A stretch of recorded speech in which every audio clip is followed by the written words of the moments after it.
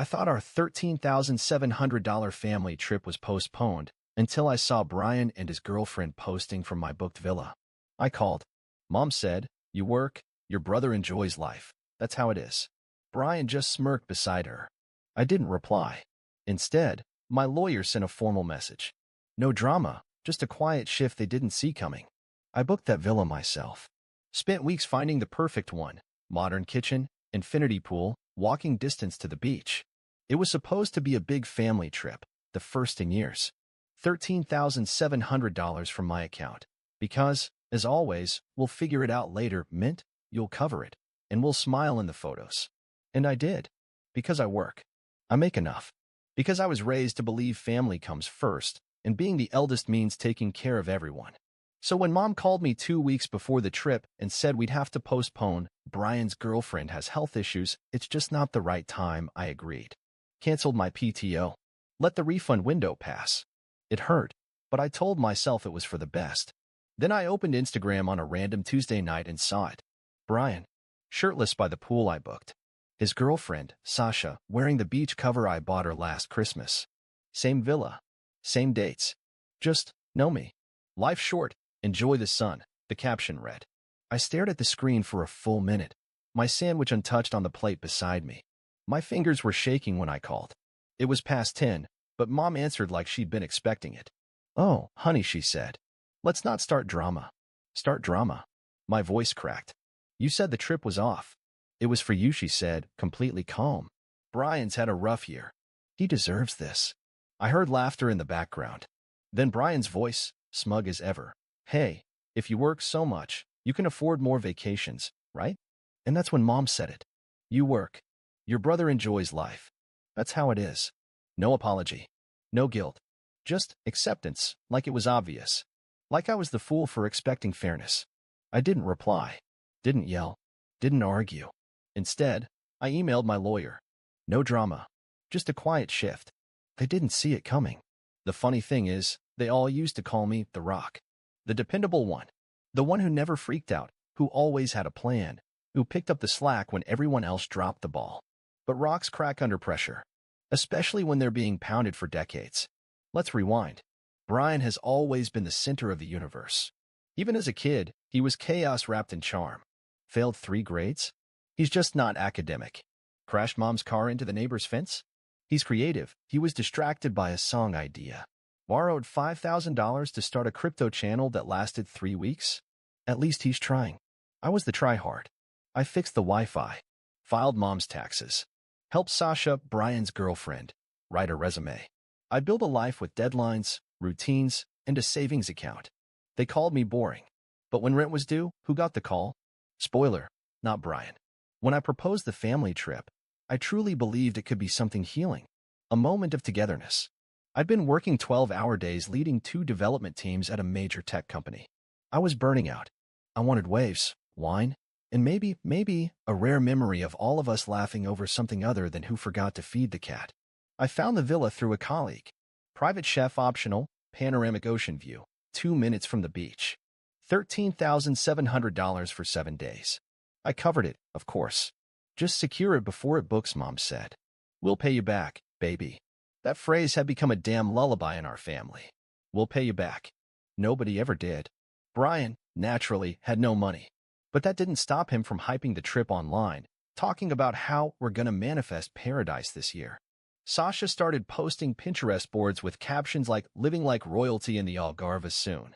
Meanwhile, I was moving budget items around like a Tetris god just to make everything fit. I bought plane tickets, paid the deposit for the van rental, sent everyone itineraries. 3 weeks before the flight, Sasha claimed she was feeling low vibe and had to postpone. Mom called soon after. "Sweetheart, with Sasha's health and all the stress Brian's under, we should delay the trip," she said, voice dripping with concern. "Maybe fall." I was stunned, but I stayed calm. "We'll lose money," I said. Mom exhaled dramatically. "It's just money. You make plenty." "Right. Just money." I canceled my PTO. Didn't ask for reimbursement. Just put my head down and told myself, next time. That mythical promised land where Brian would finally get it together and I wouldn't have to keep playing the parent. Then came Tuesday night. That cursed Tuesday. I was working late, again, when a coworker tagged me in an Instagram story. Dude, is this your brother? I clicked the link. It was Brian, smiling into the camera, holding a tropical drink. Behind him, the infinity pool. My pool. The villa. The exact villa. The stone arch, the lemon tree in the corner, the bamboo chairs I picked out from the photos. He panned to Sasha, who blew a kiss to the camera. Vacation mode thanks to the universe and some very generous vibes. Generous vibes? My chest went cold. I scrolled through their profiles. They'd been there for 2 days. Posting nonstop. Meals I paid for. Rooms I booked. The entire dream, except they cut me out of it like bad lighting. And then Brian posted this. Big shout out to my big bro for setting us up. Sometimes it pays to have a responsible sibling #family first. The caption felt like a slap, like a smirking confession, like a middle finger dipped in gratitude. I called Mom. She picked up on the third ring, chipper like she'd just finished a sangria. Hey honey, I thought the trip was postponed. Pause. Well, for you, it was. I blinked. What? I mean, Brian's been going through so much lately, she said, like that explained everything. He needed this. And you work all the time. You're always busy. He's in the villa, the one I paid for. I know, she said, lowering her voice. But you weren't using it. And Brian needed to reset. It's just how it worked out. Then she said it. You work. Your brother enjoys life. That's how it is. That phrase. It detonated something in me. All those years of be the bigger person. All those birthdays where I sent gifts and got silence. All the holidays where Brian showed up late and left early, and I stayed to do dishes. I heard laughter in the background. Brian's voice, full of swagger. Yo, tell him to relax. He'll write it off anyway. Mom giggled. Stop, he'll hear you. That's when I knew. They weren't ashamed. They were comfortable. Comfortable stealing from me. Comfortable mocking me. Comfortable using me as their wallet. I hung up. No screaming. No threats. Just silence. I sat there in the dark for a long time, watching their stories, seeing my hard-earned money become their playground. And then I opened my laptop, searched for every receipt, every invoice, cross-referenced payment confirmations, screenshotted texts, emails, even Sasha's DM where she asked if I could spot her ticket because she was waiting on a PayPal deposit. I compiled a full PDF. Dates, names, amounts. And then I sent one email. Subject line. Unauthorized use of funds, immediate action required.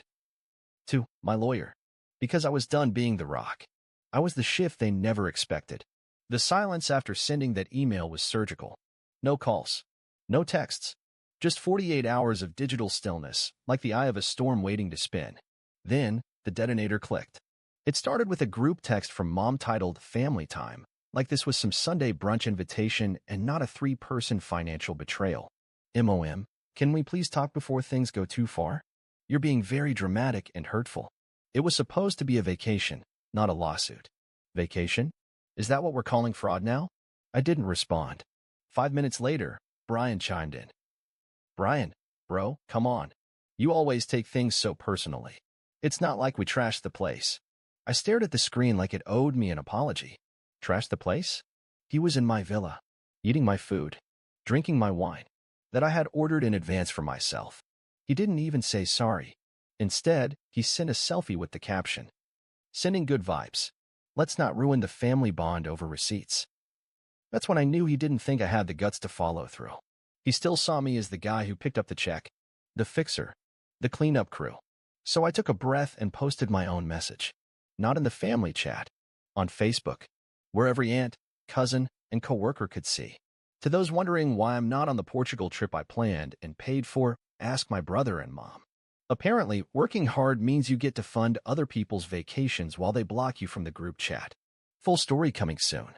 The silence shattered. I got 3 private messages from cousins I hadn't spoken to in years. 2 aunts like the post with that emoji that's half sad, half outraged. And then, the phone call started. First Mom. Then Mom again. Then Brian. I let them ring. Then my lawyer called. Hi. Just spoke to their family attorney. He says they're willing to pay a reasonable portion if we agree not to pursue fraud. I laughed. Not because it was funny. Because it was desperate. Tell him I'll take nothing less than full reimbursement. Plus damages. And I want it in writing. Will do. Then I texted Brian directly. You smirked on camera while standing in a villa you stole. I hope the likes were worth it, because I'm not the one who'll be losing sleep when the notice hits your credit report. He didn't reply. 2 hours later, Sasha did. She'd met me on Instagram. I didn't know it was that serious. I thought you were chill. Brian said you were fine with it. I'm really sorry if it got messy. She attached a bikini photo with that. No joke. Like cleavage and an apology could zero out $13,700 in stolen trust. I didn't reply to her either. Instead, I escalated. My lawyer issued a cease and desist for public defamation in case they decided to spin the story. I emailed the villa manager and sent proof that my card was used without permission. They froze the deposit return. And then I got on a call with my HR department. Hi, I said. I need to take some personal days next month. Thinking of finally using that credit with our legal partner services. Because this wasn't just about a vacation anymore. It was about years, decades, of being seen as less human, more wallet. The next morning, my doorbell rang. I opened it to find Mom standing there with Brian behind her, arms crossed, chin high like he was some misunderstood prince. We need to talk, she said, walking past me like she still owned the place. I didn't stop her. Brian followed, tossing his keys onto my table like we weren't in the middle of a financial ambush. Mom turned, hands clasped like this was some lifetime family drama. This has gone too far, she said. Lawyers? Public posts? You embarrassed us. You robbed me. Her eyes widened like she'd been slapped. We used the villa. We didn't rob you. You told me the trip was canceled. Then flew there and laughed about it on Instagram. It wasn't meant to hurt you, she said, raising her voice.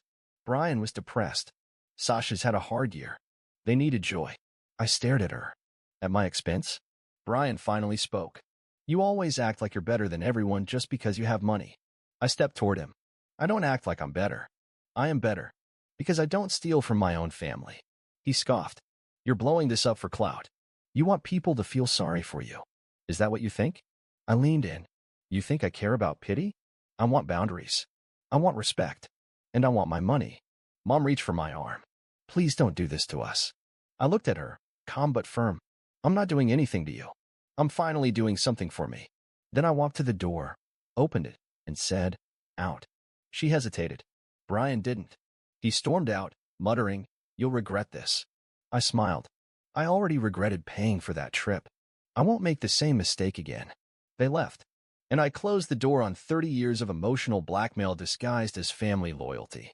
That was the day everything changed. That was the day I chose myself. The next morning was the first time in years I felt something strange when I woke up. Peace. Not the empty, temporary silence you get before another guilt trip phone call. I mean real peace, the kind that settles in your bones. The kind you don't notice you've been missing until it finally returns. I made coffee. I opened my laptop, and I didn't check my phone once. No calls. No passive-aggressive texts. No notifications from Mom or Brian begging me to undo the storm I'd unleashed. I think they finally understood that the guy who used to bend over backwards for them had disappeared. That man was dead, buried under $13,700 of betrayal. And in his place stood someone new, someone they didn't know how to manipulate. I didn't stop with the legal claim. My lawyer filed for damages. The villa's management emailed confirming that the deposit refund, nearly $3,000, was being withheld for unauthorized occupancy and damage to property. Turns out Sasha had left red wine stains on the guest bedspread, and Brian cracked a marble countertop trying to open a wine bottle, like a Viking, according to the caretaker's report. Real classy. Their dream trip was quickly turning into a financial sinkhole, and I didn't lift a finger to stop it. Let them feel it. For the first time, they were getting a taste of what it's like to clean up their own mess. Meanwhile, I started living. I booked a solo trip to Iceland, a small cottage near a glacier lagoon, complete with a wood stove and floor-to-ceiling windows. No distractions. No family. Just me, snow, and silence. That first night, wrapped in a blanket watching the aurora flicker overhead, I laughed. Out loud. Alone. And it wasn't bitter. It wasn't hollow. It was free. While I was away, Brian posted a cryptic Instagram story. Black screen, white letters. When loyalty dies, so does family. A week later, Sasha posted one of her crying selfies. Some people only love you when you're useful. Lesson learned. Cue the violin. Back home, mutuals started messaging me privately. Things were unraveling fast. Apparently, Brian's vibes-only lifestyle didn't vibe well with legal bills. Creditors started calling. Their rent was overdue.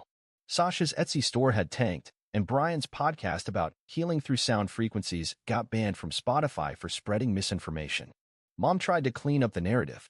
She told my Aunt Lydia I was going through a phase and had overreacted. But Lydia, God bless her, sent me a text. Honey, I've known you since diapers. If you cut them off, they earned it. That message felt better than any apology Mom could have mustered. But the real twist? 3 weeks later, I got a letter, an actual envelope, handwritten, from Dad. We hadn't spoken in years. He'd been mostly a ghost since the divorce. But inside was one line. I heard what they did. Proud of you for finally standing up. Don't let them reel you back in. And a check for $13,700. I didn't cash it. I didn't need the money anymore. But I kept the letter. Sometimes closure doesn't come from confrontation. Sometimes it's a simple sentence in black ink that says, you were right all along. As for Brian, last I heard, he moved back in with Mom. She sold a few family heirlooms to stay afloat and started a GoFundMe for his mental health recovery. I didn't donate, but I did forward the GoFundMe link to my lawyer. With the subject, I didn't donate. I had already paid enough. Because I wasn't the bank anymore. I wasn't the fallback plan. I wasn't their punching bag with a paycheck. I was done. Free. And finally, living a life I didn't have to apologize for. 3 months later, I walked into my own kitchen and didn't flinch when my phone buzzed. It was Mom again. Another voicemail. Another sad sigh at the start. Another, I don't know why you're doing this somewhere in the middle. Another desperate attempt to make my boundaries sound like her heartbreak. Delete. No hesitation. I wasn't interested in her emotional theater anymore. Not when I'd seen the receipts for what her love really cost. I sat down with my coffee, watching the steam curl toward the morning sun. And I realized I hadn't felt this calm in decades. Not since I was a kid, staying up past bedtime with a flashlight under the blankets, building dreams no one else bothered to ask about. Dreams they called too much or selfish. Dreams I buried under guilt and obligation. But now, I wasn't buried anymore. I was breathing, living, unbothered. It didn't happen overnight, of course. The first few weeks were messy, quiet, confusing. I kept waiting for the guilt to come roaring back, for that old, gnawing need to be the fixer. But guilt only thrives when you still want approval. And I didn't. Not from people who saw me as a transaction, not a person. Not from a brother who smiled in my face while stealing my future. Not from a mother who shrugged betrayal off with a wine glass and a beach view. So I let it go, all of it. And in its place, I built something new. I started drawing again, something I hadn't done since college. I posted sketches on a small account. No real plan, no audience, just art. And wouldn't you know? A few weeks in, a local gallery messaged me. They offered to feature my work in a fall collection, Boundaries and Betrayals. I said yes, because for once, I was telling my story. On my terms. No edits. No gaslighting. No fake smiles. The day of the gallery opening, I wore the same shoes I'd almost thrown out when Brian said they looked too accountant. People came up to me, real people, not family, not blood, just strangers who saw the pain in the lines, the rage in the colors, the victory in the silence. And they said one word over and over. Powerful. I smiled. Yeah, it was. Then it happened. A woman stepped up to one of my most brutal pieces, a jagged ink sketch of two people lounging in a villa while a third, faceless figure stood outside the window holding the bill. She looked at it for a long time. Then she turned to me. I saw your brother's podcast once. Didn't know the story behind the scenes. Her voice wasn't cruel, just honest. I nodded. Now you do. She smiled. Good for you. That was all. And it was enough. Later that night, I got one more message. From Sasha. Not a DM. Not a selfie. An email. I moved out. Brian said you ruined his life. But I think you just showed him the mirror. I'm sorry for what I took part in. You didn't deserve that. You were always the one holding everyone together. And now that you've let go, maybe it's time the rest of us fell apart. I didn't respond. I didn't need to. Because I wasn't waiting for apologies anymore. I'd stopped being the bank, the babysitter, the punching bag. I was the man who burned the bridge and never looked back. And if they ever call me cruel for it, let them. Let them call me names from across the ocean of consequences they built. I'll be too busy living, too busy laughing, too busy watching the waves roll in at a beach I paid for. This time, for myself. Alone. unburdened, unforgiven, and absolutely free.